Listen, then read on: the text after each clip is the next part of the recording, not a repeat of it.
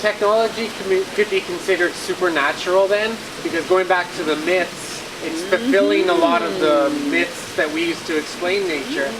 And but myth also takes on myth has also been always given a human side. Like the gods have always been tragic, while it inspires humans to become like gods. Supernatural. I almost want to try to tie it into the statement, if I can. So talking about the mythical, talking about the supernatural, talking about the way humans interact with technology, which is really the theme of Your Kontinent for 2014. This statement, which I recommend that you debate, kind of gets to the heart of it, I think, about that intersection where we meet humans and technology. It says the worst part of technology, we've been talking a lot about the great parts, the abilities, the power, the glory. The worst part of technology is when it fails again. No, that's not even close to the worst part of technology. That's an inconvenient part of technology, but it's nowhere near the worst part. A lot of what I've been working on in the past year with this show surrounds surveillance, invasion of privacy, and I feel that's a far worse part of the downside of technology. It's also incredibly fascinating. It's interesting. Prior to a lot of the, like the Edward Snowden revelations, a story even last week about Facebook doing these emotional experiments on playing with people's emotions on Facebook, those kind of things. I think that is a much more difficult area to look at. Sinister, for sure. Yeah.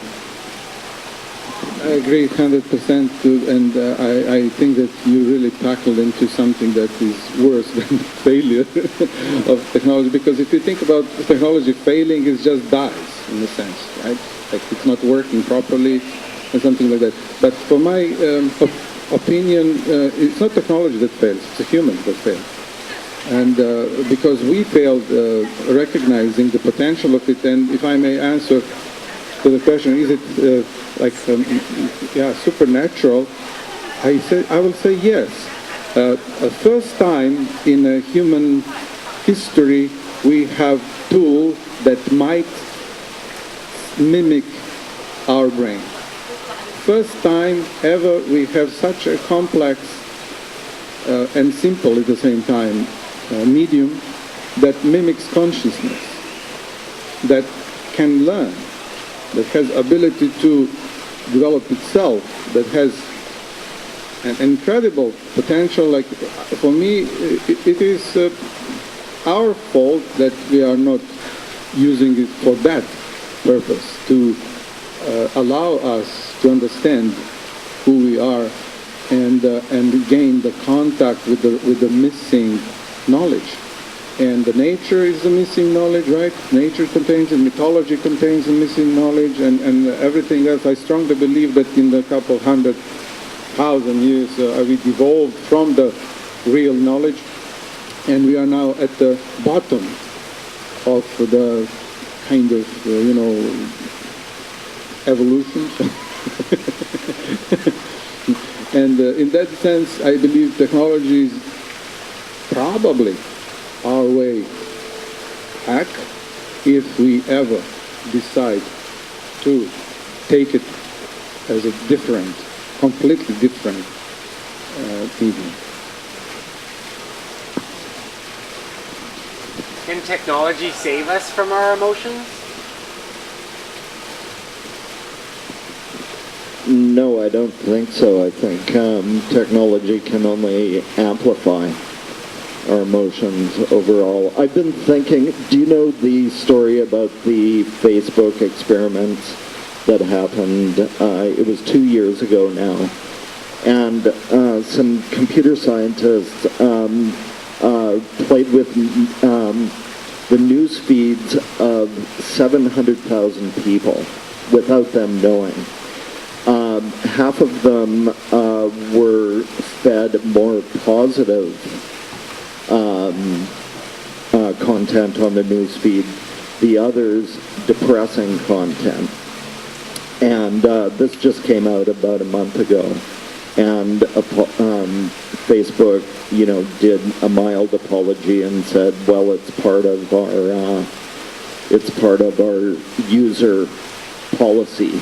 So, but it's just been reported that that user policy didn't come on until about 4 months after the study was done. And so Facebook is doing this. I think the bigger question is, who else is doing this? It's a good thing to look into. We're putting our emotions out there on technology, and it's being commodified and used. The advertising industry has done this for decades, of course, so it's nothing new. And, we know that Facebook is, it's fun to use and everything, but does everybody tell the truth on Facebook? It's as much satire and comedy, as far as I can tell, as it is true emotion, those kind of things. I just asked you, what was the outcome of this experiment? I'm very curious to hear from Tim, what is the outcome of this experiment and what really happened? What was this experiment about and how it affected people? Well, it was very much an academic experiment. Facebook hired academics from, I think, Cornell University to do this, and they found that people's responses, it was keyword searches, so it was kind of an algorithm that was created to see if people were responding in either a more positive way to the positive news feeds or in a more depressed way. And they found that, in fact, this was true. And that question of who else is doing this, I found a news story today that the Department of Defense in the United States is doing similar experiments and sourcing like what the Facebook experiment and looking at that. So this raises a lot of questions for me. It seems like a huge invasion of privacy. And this one is, it's sweet, it's simple. It is, technology is best used for, fill in the blank. And so this patron of Synevolution and Pechakucha says that technology is best used for social justice. The first person to grab the mic gets to argue for this statement. All right. Okay, I'll take that one on. Maybe we'll get the audience to vote on this first. How many people would agree with that statement? Yes. 2. Okay. Thanks for joining my side, both of you.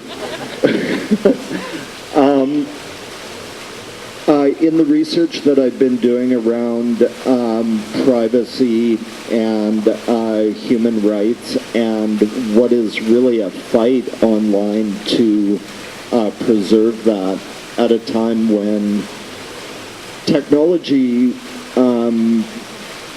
develops at the speed of a jet plane, and the policy, government policy, or social reaction to that moves at a really glacial pace. So we're really self-policing when it comes to these areas right now. And that is really democracy in action. People sharing the causes that they believe in, getting word out in a way that didn't happen when mass media had all of the power. And at the same time, it brings a very strong self-censorship because whatever you post on you know out there, you can be tracked. Even under the avatars or whatever you invent and you say it's totally anonymous, still you can be found as the source of your statement. And that's why I believe most people are not posting what they think. They kind of look, read, they are excited to see the just responses. They agree with them, but they are afraid to react. And there is lots of fear, you know, from many levels of being kind of caught by this kind of Big Brother. But at the same time, it's the idea of Big Brother, probably, from my perspective, is not somebody is watching you. Not at all. Who can watch you? I mean, right? It's about you watch yourself. Yes. I think we sensationalize our flaws through technology. Yeah. But having said that, you watching yourself, I think that you end up censoring self, and your justice kind of fails. Yes. You said earlier that even like with a lot of anonymous communities, people can still be tracked, right? I personally don't believe that's true because like on sites that are like forced anonymity, like stuff like image force, like 4chan, like a lot of people like they present their own opinion as it is anyway, and like feel I don't know. Do you do that yourself? What? Do you also kind of use anonymity online? Or you explicitly present yourself as you are? It depends on the situation. That's it, yeah. I believe that what we discovered with ourselves, with technology, I think that we discovered a very alarming thing, that we all have multiple personalities. And those multiple personas are kind of, now they became avatars, and your kind of, let's say, online presence can change from being very friendly to be antagonistic, to be critical, to hit and run, to do all kinds of things. And sometimes people have like multiple avatars, multiple personalities, different Facebook pages with the false names, with the things, and Twitter accounts that you don't know who is behind. And so it's quite sometimes, you know, this, actually I was following the guy that goes by the name Nine, like a German, no. And I loved his, you know, ironic, nihilistic perspective, because I kind of love Nietzsche. And I enjoyed that so much until I really figure out who is the guy. And when he presented himself, I said, oh, okay, now he's just a normal guy. And so there is something in anonymity, not knowing who is there, that's some kind of mystery that we all enjoy, right? And also, there is something in really saying, this is me saying to you. And all these levels, right, of hidden and missed conversations are, I believe, marking our times, discovering that we are not just one personality, but we are kind of complex human figures that kind of, just to remind you, the Greek word persona means a mask.